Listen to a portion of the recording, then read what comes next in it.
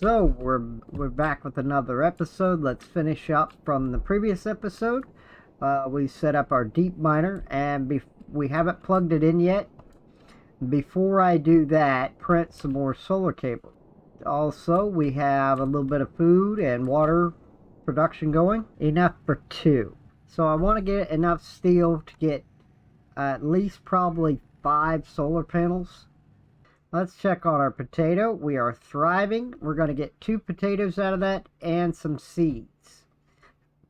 So what we can do is actually take 1 potato, move him over there. And this time, before I go out, I'm going to install a light. And I'll show you what that light's going to do. And now, as you can see, I am fairly far from home, but that light gives us a great marker to go from. So no matter how far out we go, I should be able to see that light. There is a render distance, but I haven't found it yet. Okay, so we're down to 29 degrees Celsius. As you can see, we are thriving towards fruiting now. And we've got 1 potato seed. Now I want to take that 1 potato seed I made, and we're going to put this guy over here. And we got 1 more potato we can harvest out of this. Okay, so I have a bench, which comes from your furniture kit. And then we also have a microwave, and I'm going to just drop that on there. And we take our wrench and wrench it down. And then we can turn this guy on as soon as we wire it up.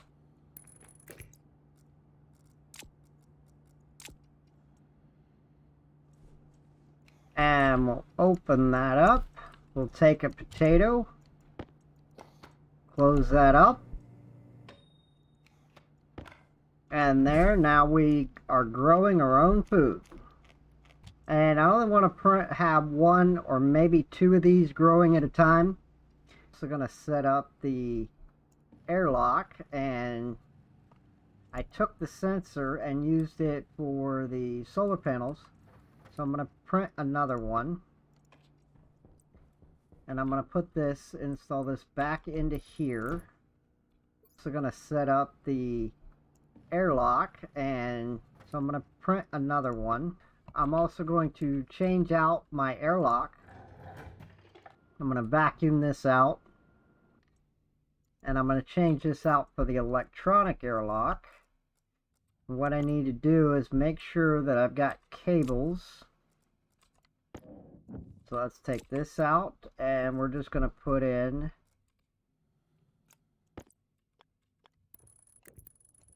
cables along here. And then we'll come across here. And we'll also tie them in.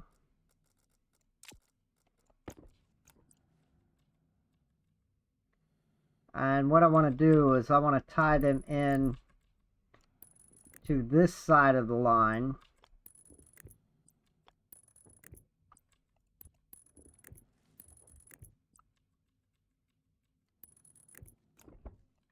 There we go. That should do that. Put our tools away. Put our iron sheet back.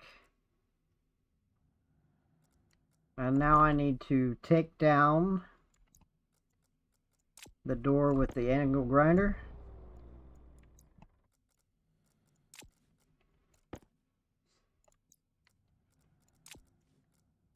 And the drill.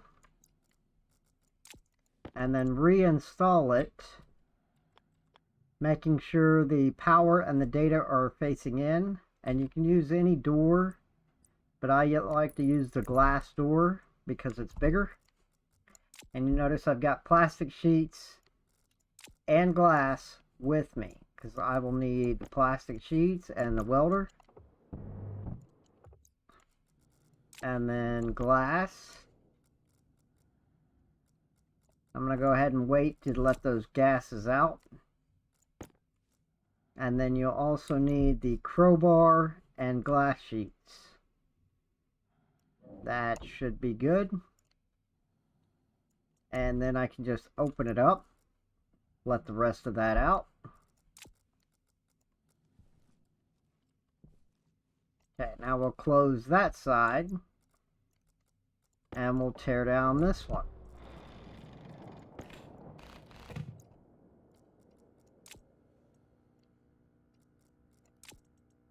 We'll take that door.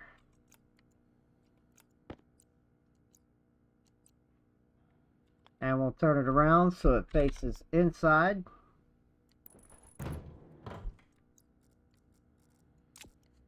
Plastic. And the welder.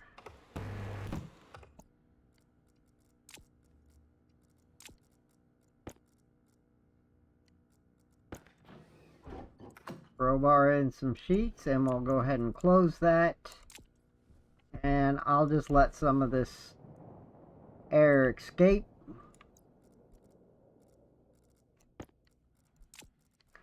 So now to program this, we just turn it on, and I want the active vent and the gas sensor. That's the only ones on this line. Now I've got two doors. It's asking for the exterior door, but I'm not sure which one that is. I could label them, or I could just select one and then look and it'll show red. If I change that out and show this one, it shows the inside door. So we just take the data disk out, and then I can cycle it. So there, now I can cycle to the exterior, and as soon as it's open, and then I'll cycle to the interior. Now it's got to pull from a low atmospheric room, so it's going to take a minute. So usually what I do is I just cancel it, and then I can go in. But you'll have that rush of atmosphere coming in. So we'll no longer need the data disk, and there's your airlock. Now also what I want to do is I'm going to go ahead and close this down. So there you can kind of see what kind of placement. If I move the APC over, I could probably fit the console in right here in the middle and take this gas sensor and turn it. You can set it however you want. You can also even just hit the door handle. You'll still need to cancel that way, but that will also operate the airlock.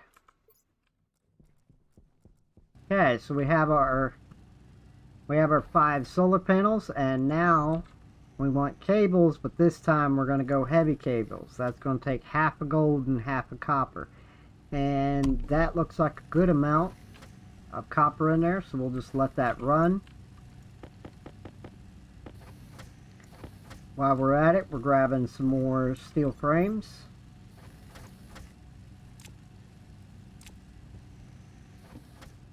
And we'll also need steel sheets. Okay, so we're going to put our APC, and we're going to have it facing to the east, or outbound to the east, and that's upside down, but that's okay. We're going to go ahead and turn that on. We're going to install our cables, our small cables. And the last thing we need is just some cables. A lot. Our battery here, and I've already got it turned on. And we're going to run heavy cables out this side.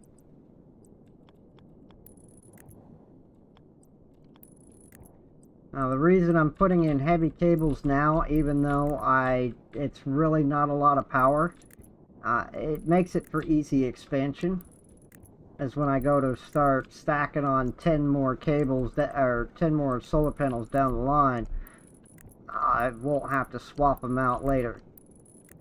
So you might as well go ahead and do them now.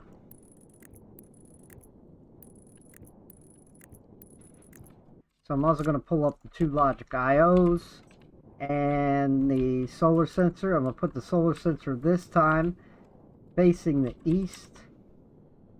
Is it solar angle vertical? Yes. Facing the east. What happens, see if it says -90, if we switch this around, to the west side, we get a horizontal of 90. So that's not viable.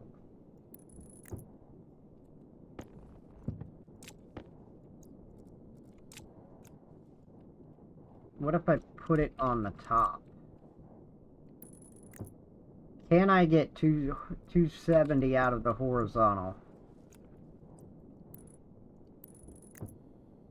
There's -180.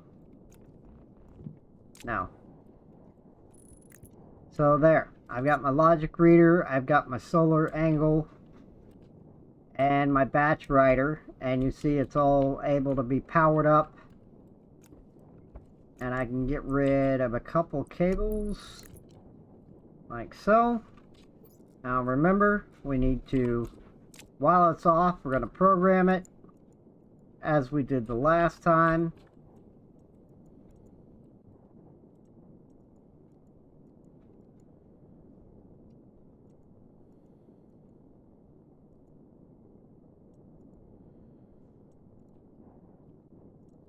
And then we're going to turn them on and then watch all of the solar panels adjust.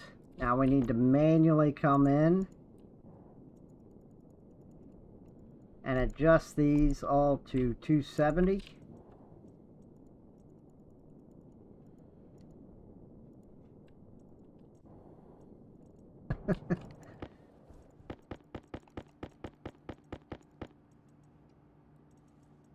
Oh, I ran through the gold.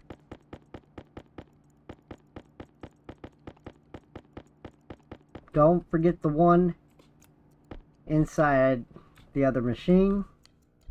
And now let's see if we set it up correctly. The sun is over there and they're angled towards the morning sunrise. So that should be fine. And that battery is enough to power both of these through the night until we get a charge again. I've also rewired everything from all the heavy cables all the way around to the APCs. Now I can basically just tear up all of these, and then I'll take that generator and it will go in on the heavy cable line to the big battery, and we'll have enough power to last us a while. Okay, and I'm going to repurpose one of these flat solar panels. So we'll grab, no matter what, if I was to use up all of this power and I wasn't able to recharge this battery completely every day, this solar panel will grab that morning sun and it'll continuously give me power to charge these up. So I will have some power if all else fails. Then I'm going to also repurpose the other solar panels to go over here, and they will get tied in to this heavy cable line as soon as I get a lot more heavy cable. I can also repurpose some in over on this side with heavy cables and just run the line underneath, but that's going to take a lot of heavy cables that I just don't have right now. And what I have, this is enough.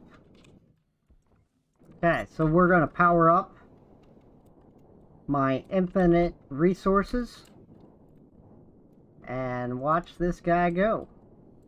And he's just going to drill down. It's going to get rid of all that dirt.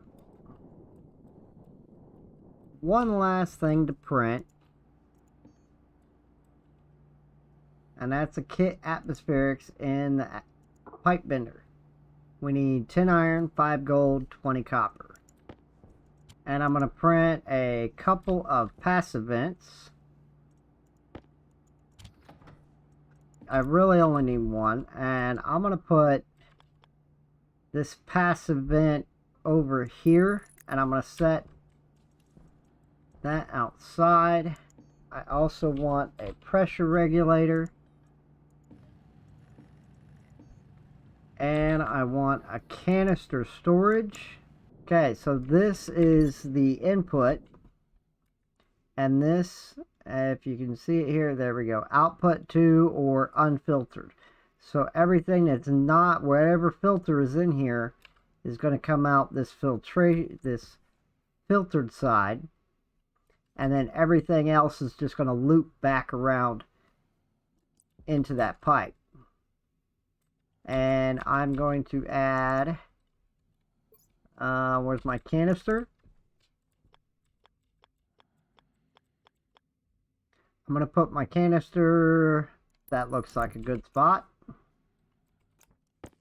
That's not a good spot. First, I need my pressure regulator. Let's put it over on, where do we want this guy? Alright, let's put it, matter of fact, we'll put it out here. Yep, gonna need more pipes. And I'm gonna put the tank storage here. Let me go get some pipes. We got some pipes. Okay. So we got some pipes. And I'm going to bring it out one more. And then we're going to turn in.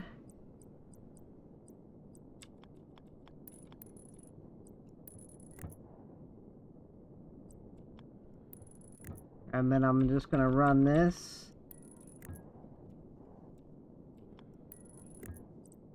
straight over to here.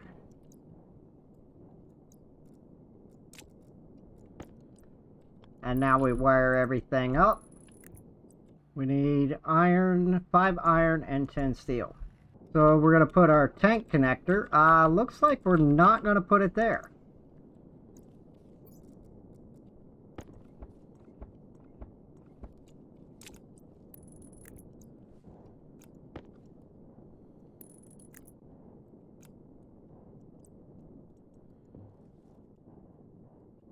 Okay, so we're gonna drop our tank here, and then I'm gonna connect everything up. Ooh, I just created a error. So now when I filter, everything will be able to go into this tank. And I'm gonna just take my wrench and wrench it down. Now I can still read how much is in that tank, but now it also just shared with what's in that pipe. You see 3 MPa, and I've got 3 MPa in here. Now the only thing with this is I can no longer use this tank. So I'm going to have to use this tank connector. So I could sit here and go by hundreds, or I can hold C and go by ones. But what else I can do is take the label maker, and if I set the dial manually to 9,000, no, we don't want 9,000. We want 8050. At 9,000, as you can see, I already messed up. These tanks start to break. So there is damage in this tank. And now I just need to put in a couple filters. So now I have an oxygen filter, and I can just set that in there. And all I have to do is turn this on. It'll pull oxygen out of this room and filter it. And this will turn into pure oxygen.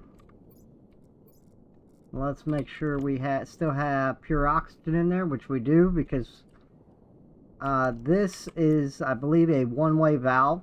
It goes out, so even if I was to turn it on with it inside this room, it should stay pure oxygen. But don't quote me on that. So I'm going to have to be careful and watch how much oxygen I put into this room through ice. I can also use the furnace with its hot CO2 to heat up the furnace. I can put in another pipe and run it across here, put a little radiator with a pipe valve on it so I can release some in and out, but the temperature can vary quite a bit. If you're sitting at 400 degrees, 89 is not bad. It'll slowly warm it up, but if you're at 400 in this small space with such little atmosphere in there, you can overheat the inside and it'll take you a long time to cool it off, or a lot of ice. So as you can see, this drill has been working, and you see this line is full and it overflowed into there. Let's go back to see how far it has overfilled. Looks like it's just the one.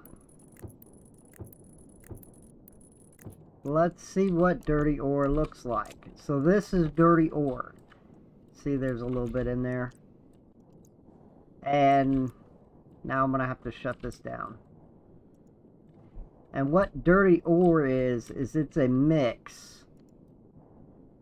We have to spin this up. Spin up the centrifuge, watch it go. And that will spin up and separate the dirty ore from what the actual ore.